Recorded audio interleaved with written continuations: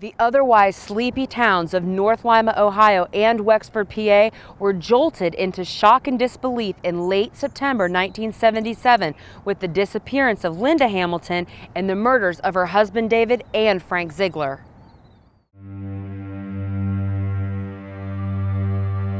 Come down the valley with me. Come down where darkness came to be. Come down, the story still told. The night the shotgun slayer took hold. Come down the valley with me. No stranger thing has happened, you see. Come down, so brazen and bold. The night the shotgun slayer took hold. 3 days after, and less than 3 miles from where Frank Ziegler's body was found, Vietnam veteran Joseph Weinman and his wife Catherine were found murdered in their Marshall Township home on September 30th, 1977. Joe was a Vietnam veteran. Joe had been machine gunned in Vietnam and was a quadriplegic. Kathy Wyman was a lovely lady that was a girlfriend of Joe's and waited for Joe until Joe came back from the war. After their marriage, they were able to have 2 children. On the day of the murder, we know that Kathy Wyman had planned on having a yard sale or garage sale. We believe that Kathy had advertised that garage sale at different locations, and Kathy had lived, her home was very close to the interstate. On that particular night, Joe and Kathy Wyman finished up their garage sale and were in their home. Joe was on a gurney, and Joe was in the back hallway, and Kathy was changing a bandage that he had on his backside. Joe was struck in the head with what we believe to be a 5-pound sledgehammer. He then went after Kathy Wyman. She had run out of the house, and he had finally stopped her at the front entrance to the home, and he stabbed her multiple times. Not only did he stab her, he also cut her throat and left her for dead. Inside the house, nothing is stolen, but there are signs of a struggle.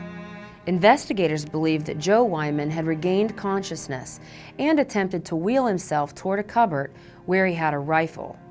In an attempt to defend himself, Joe is hit and beaten again, resulting in his death. Law enforcement is notified of the situation by the Wyman's neighbor, whose house the 2 young Wyman children had run to the morning their parents were murdered. The 2 children were left alone. They weren't touched. I believe they were hiding under a bed or in a closet. When the older boy had decided to try and make contact with a neighbor, he had to walk past his father's body and walk past his mother's body to get to the neighbor's house. And once he got to the neighbor's house, that's when the police were first made aware of the murder. Almost a month later, on the morning of October 22nd, 1977, 17-year-old John Feeney is found dead in his truck, slumped over the armrest with the engine still running. He had been shot in the neck with a shotgun. Parked along a known lover's lane in Findlay Township, Feeney had been on a date with 15-year-old Montour High School junior Renee Greger, whose sweet 16 birthday party was supposed to be the following Sunday, but now Renee is missing. John Feeney was shotgunned to death at the scene, and Renee Greger's body was never found. I know that impacted us in a big way. There was a very extensive search all through that area. I think the area that the van was located in was a fairly wooded area. I remember the number of searches that were done, but we never came up with anything.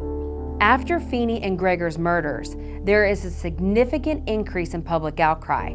After several of the murders began to occur, the general public became concerned to the extent that they were going out and buying large dogs, alarm systems, and guns.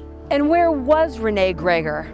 As the questions kept mounting, the answers kept eluding investigators. all while the community became more and more terrified. Join us for the next episode of Notorious, when 2 more innocent lives are lost and while searches continue for the 2 women who remain missing.